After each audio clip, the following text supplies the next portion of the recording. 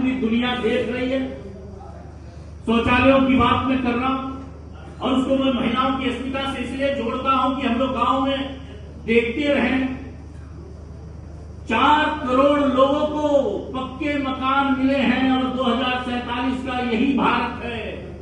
4 करोड़ लोगों को सस्ते आवास, सच्चे मुफ्त आवास देने का काम किया गया है, जिसमें अधिकांश महिलाएं हैं। मैं बताना चाहता हूं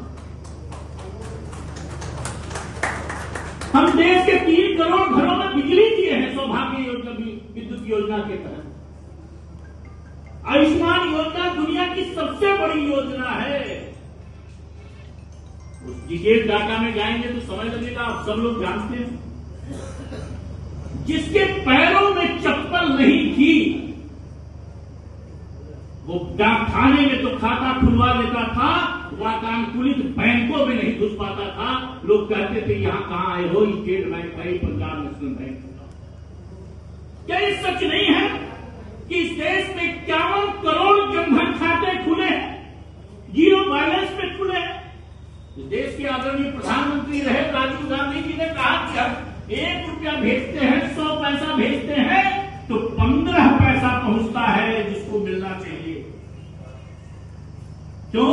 क्योंकि इतने पंजे बीच में आते हैं कि घिसते घिसते रुपया 85 पैसा रास्ते में चला गया। तो जब पंजा था तो ये था। तो प्रधानमंत्री जी आए हैं, आज 100 रुपया चलता है, एक भी पैसा नहीं घिसता है। 100 रुपये सीधे खाते में आपके जाता है, चाहे 2000 रुपया जाता हो और चाहे। क्या ये सच नहीं है? लेकिन होने लगी है जिसमें जुम्बिश तो देखिए, पर कटे परिंद की कोशिश तो देखिए। गूंगे निकल पड़े हैं जुबान की तलाश में, सरकार के खिलाफ ये साजिश तो देखिए। लोग कह रहे हैं, ये सच्चाई है। आप अगल बगल देखेंगे तो कौन कर सकते? दुनिया की किसी सरकार के अंदर कुवत नहीं है। प्रधानमंत्री आदरणीय नरेंद्र भाई मोदी के अंदर है 80 करोड़ लोगों को निःशुल्क राशन। और पिछले 4 साल से कोरोना के समय से चल रहा है कि नहीं चल रहा? इकोनॉमी की लोग बात कर रहे थे, आदरणीय अध्यक्ष जी बात कर रहे थे, 6.8% विकास दर है। हम दुनिया की 5वीं अर्थव्यवस्था है, लेकिन अब जो लेटेस्ट आ रहा है उसमें हम जापान को पीछे कर दिए, हम 4थी अर्थव्यवस्था हो गए।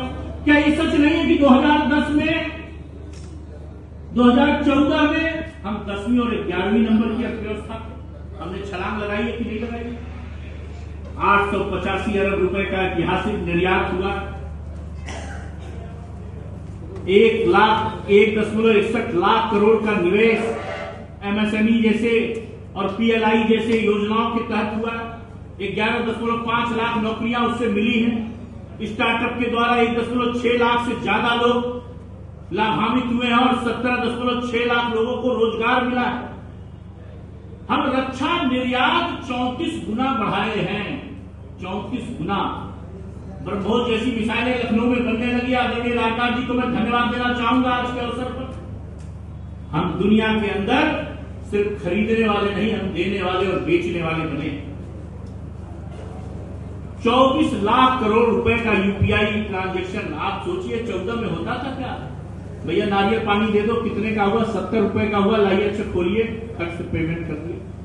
गोलगप्पे खा रहे हैं तब भी पेमेंट करते। हम दुनिया के 49% जो डिजिटल ट्रांजैक्शन है उसमें भागीदारी रखते हैं। ये सच है। कैसे बदला और किसके नेतृत्व में बदला?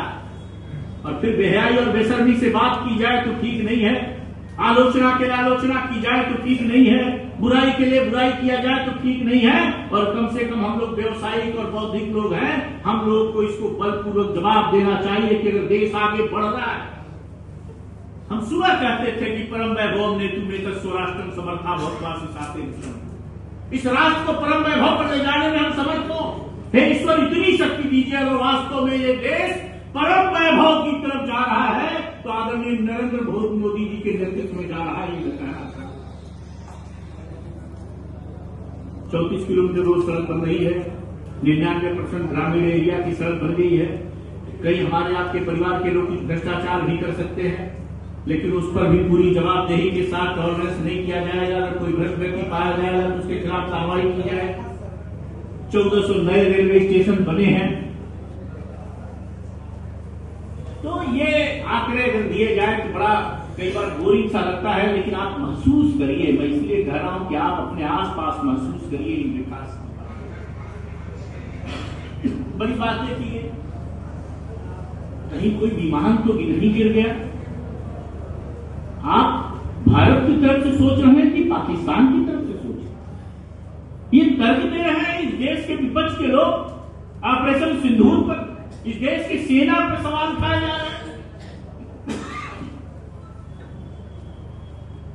26/11 का भी हमला हुआ था, पुणे की जर्मन बेकरी में हमला हुआ था, और कांग्रेस के 10 साल में 53 बड़े आतंकी हमले हुए थे।